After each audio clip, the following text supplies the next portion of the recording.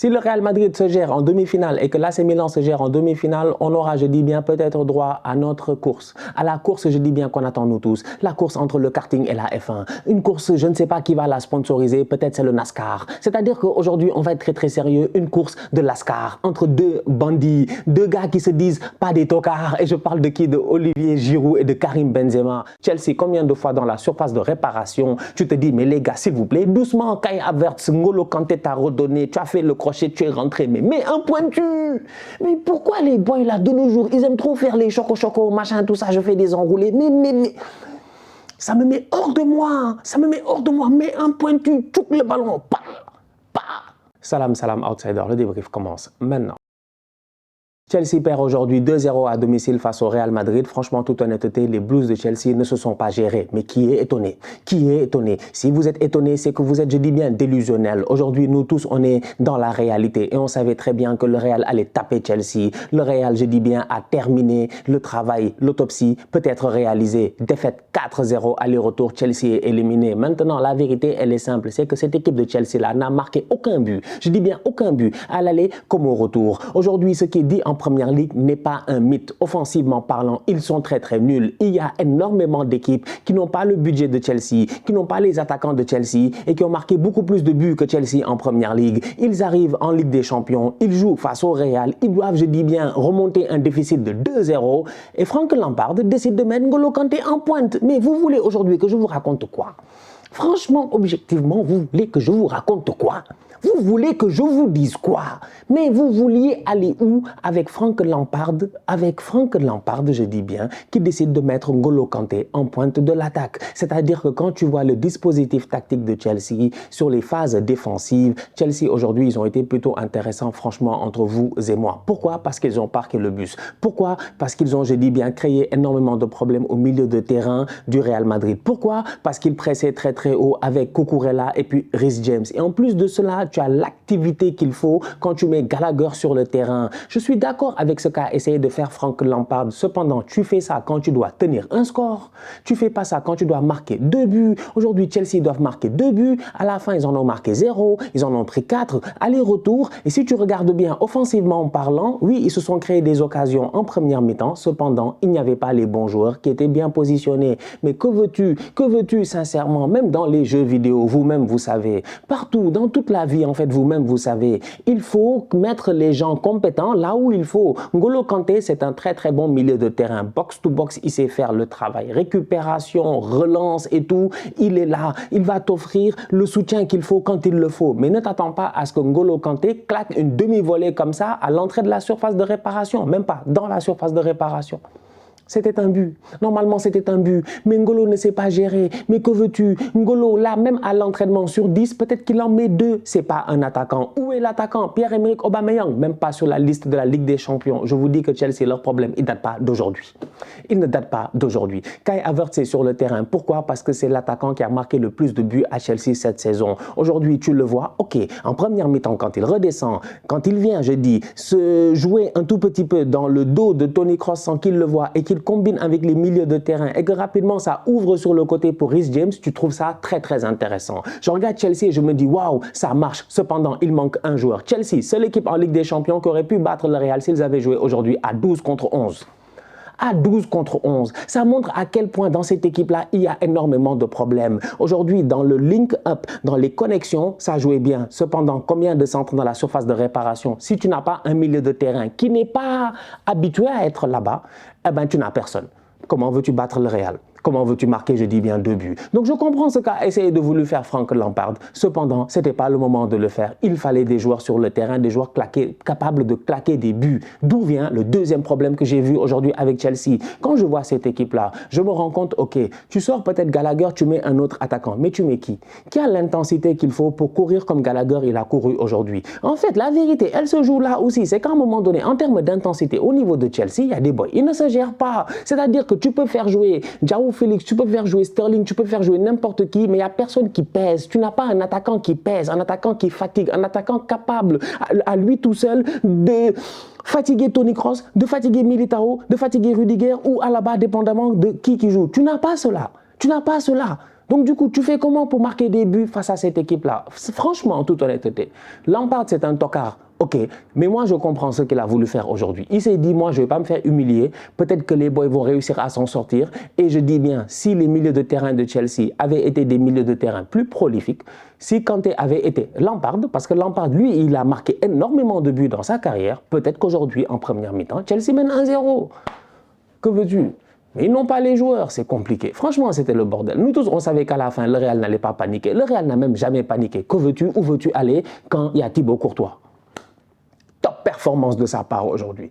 Chelsea, même tu regardes, ils auraient pu jouer jusqu'à demain, ils n'auraient pas marqué. D'ailleurs, même en deuxième mi-temps, en fin de match, quand il fait rentrer les Mudryk et puis tout ça là, les gars ont des occasions, des 1 contre 1, ils ne marquent pas. Cucurella, il est là, on lui a rien demandé. La même occasion, Rodrigo de l'autre côté, il a eu le temps de donner à Vinicius. Vinicius lui redonne, il contrôle le ballon et il ajuste. Cucurella, on lui a rien demandé s'il te plaît, il a tout le temps du monde, il frappe sur le gardien. La sortie de Courtois est exceptionnelle. Le match de Courtois est exceptionnel. Cependant, comme je dis encore une fois, tu as des joueurs qui sont dans des positions de marquer, mais ils n'ont pas l'habitude d'être dans ces positions-là de marquer. Aujourd'hui, c'était ça le problème de Chelsea. Donc oui, un surnombre au milieu de terrain qui a été pertinent, qui a énormément gêné le Real Madrid. Cependant, je le répète encore une fois, je regardais le match et je me disais, attends, dans un monde utopique, mettons à Chelsea un joueur de plus, il tape le Real. Ils tapent peut-être le Real. Un joueur de plus, mais ils ne l'ont pas. Ils ne peuvent pas jouer à 11 contre 11. Ils n'ont pas l'intensité qu'il faut. Je vous l'ai dit la dernière fois. Ils ne sont pas prêts. Et c'est un miracle même qu'il soit arrivé à mon humble avis avec tous les problèmes qu'il y a eu cette saison, à ce stade-ci de la Ligue des Champions. Au niveau du Real, on ne change pas une équipe qui gagne. Ce week-end, il y avait des joueurs qui étaient au repos. Vinicius était au repos. Aujourd'hui, il arrive, il fait une top performance. Rodrigo était sur le côté de Vinicius cette semaine en Liga. Il s'est géré. Il arrive aujourd'hui. Il l'enchaîne encore une fois sur une autre top performance. Franchement, en toute honnêteté, à mon humble avis, le Real n'a jamais paniqué. Ils ont resté en contrôle du match pendant tout le match. Toujours en contrôle. Le Real a paniqué peut-être un tout petit peu quand ils se sont dit mais comment on va faire pour sortir de ce losange-là qui nous crée des problèmes au milieu de terrain. Qu'on le veuille ou non, Kovacic, N'Golo Kanté, Enzo Fernandez et Gallagher quand même, c'est 4 boys avec un énorme volume de jeu offensif et défensif. C'est des box-to-box. C'est des boys qui vont te fatiguer. Donc du coup, aujourd'hui, tu te rends compte que pendant quelques minutes, pendant je pense la première mi-temps, un bon bout de la première mi-temps, presque 20-25 minutes, tu as un Real Madrid qui galère un tout petit peu sur les sorties. Tu as un Chelsea qui est en train d'attaquer en avançant. Franchement, excuse-moi, ils défendaient en avançant. Tu les voyais avancer et je me disais non, en fait, eux, il y a moyen, c'est quand même assez solide. Le Real a l'air gêné. Cependant, ça n'a pas duré très très longtemps parce que les Madrilènes, dans les grandes soirées, le mardi et le mercredi, je vous l'ai dit plusieurs fois, c'est des bandits, c'est des malfrats. Et ce soir, c'était des cambrioleurs. Des cambrioleurs. Je dis bien des cambrioleurs. Ils sont venus, ils ont sorti les lunettes, ils ont vu tous les traits infrarouges à gauche et à droite, ils sont venus se faufiler. C'est comme ça que Rodrigo a laissé Chalobah sur le côté, comme du n'importe quoi. Mais Rodrigo a laissé Chalobah là-bas, il lui a dit va là-bas, franchement. Mais comme du n'importe quoi, j'étais choqué. Rodrigo, lui, c'est incroyable. Voilà un joueur de football, lui et Vinicius, ils sont sur le teco. Ils sont sur le teco. On leur a rien demandé. Mais voilà des boys qui font 2 disciplines olympiques. C'est-à-dire qu'ils me font aujourd'hui non seulement du sprint, parce qu'ils vont très très vite, ça se voit, mais en plus de cela, ils me rajoutent des triples sauts. Mais des bails comme as. Moi, j'ai rien demandé. Mais Rodrigo, comment il a sauté sur Chalobah là-bas? J'étais choqué. Comment il va retrouver le ballon là-bas sur la ligne de but? J'étais choqué. Vitesse, précision et puis sérénité. Ils n'ont jamais paniqué. C'est ce qui s'est passé. Chelsea, combien de fois dans la surface de réparation, tu te dis, mais les gars, s'il vous plaît, doucement, Kai Havertz, N'Golo Kanté t'a redonné, tu as fait le crochet, tu es rentré, mais un pointu. Mais pourquoi les boys là, de nos jours, ils aiment trop faire les choco-choco, machin, tout ça, je fais des enroulés, mais, ça me met hors de moi, mais un pointu, touche le ballon, pa. Regarde-moi ça, il est là à essayer d'enrouler. Les militaires sont venus te trouver là-bas, la défense du Real. Ils ne rigolent pas, Thibaut Courtois était au top de sa forme. Donc aujourd'hui, franchement, on va être très très sérieux au niveau du Real. Ils n'ont pas rigolé, ils n'ont pas paniqué. Quand ils ont eu l'occasion de claquer des buts dans la surface, ils ont fait preuve de sang-froid. Ipman, Valverde, que voulez-vous? Que voulez-vous? Franchement, la manière à laquelle Valverde contrôle ce ballon-là, la manière à laquelle il rentre dans la surface de réparation, le contrôle n'est pas trop long, il est parfait. La passe pour Rodrigo est parfaite. Il attend calmement que Kepa revienne, sûrement pour lui rappeler que ce n'est pas son ami. Après, il vient claquer son but. Que voulez-vous? Top performance de la part du Real Madrid. Pour moi, ça, c'est un match de Ligue des Champions. C'est-à-dire que le match n'était pas facile. Il n'était pas facile. Hein. En première mi-temps, il n'est pas facile. Quand Benzema va voir Ancelotti, c'est parce qu'il lui dit « Gars, j'ai des problèmes, je ne comprends pas, j'ai l'impression que je suis sur le terrain, mais je ne vois pas mes gars. » Donc tu sens que réellement, à un moment donné, ça a été compliqué. Chelsea pouvait faire quelque chose.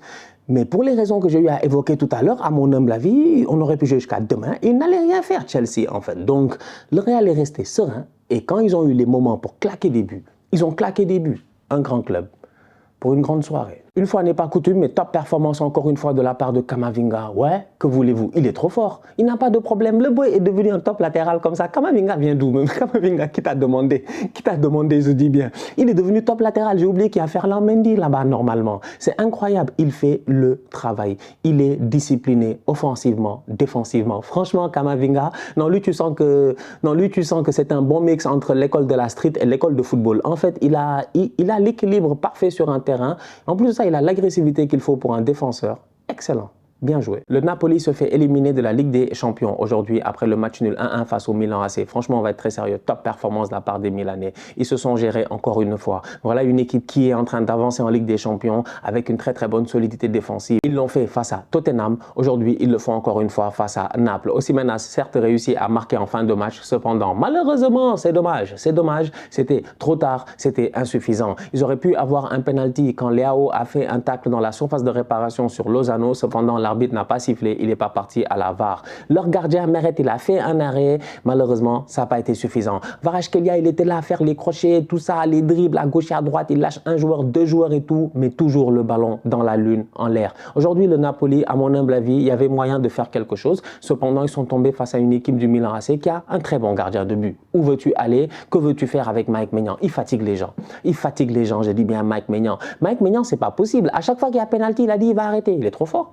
Mais il est trop fort, c'est pas possible. Il est là, il soulève les bras, il est convaincu qu'il sait qu'il va arrêter le ballon. Kvaratskhelia, à mon humble avis, je pense qu'il a quand même bien frappé ce ballon-là. Le ballon est bien à ras de terre. Le ballon doit aller peut-être pas à petit filet, mais il est quand même bien placé. Maignan est redescendu au sol en 2-2, je dis. On aurait dit un chat mixé par un guépard, mixé par un bail de dinosaure qui n'existe plus, qui est en voie d'extinction. C'est-à-dire qu'on dirait un animal que je ne comprends pas. Maignan, il vient d'où? Mais il est trop fort.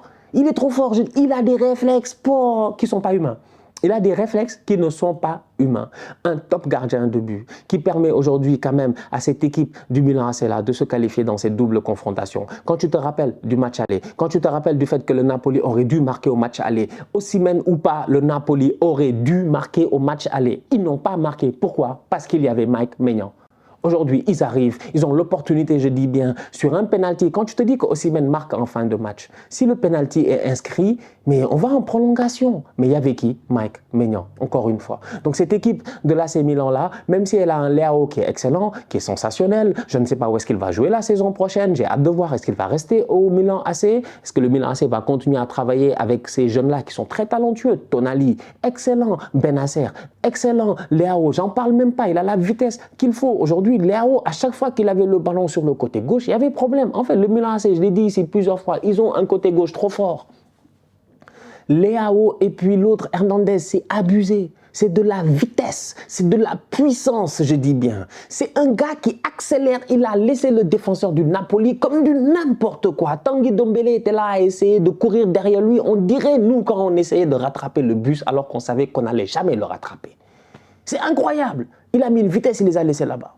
Aujourd'hui, le Napoli, on peut dire, OK, il n'y avait pas Zambo Anguissa, il n'y avait pas Kim en défense centrale. Donc oui, il y avait des absents importants.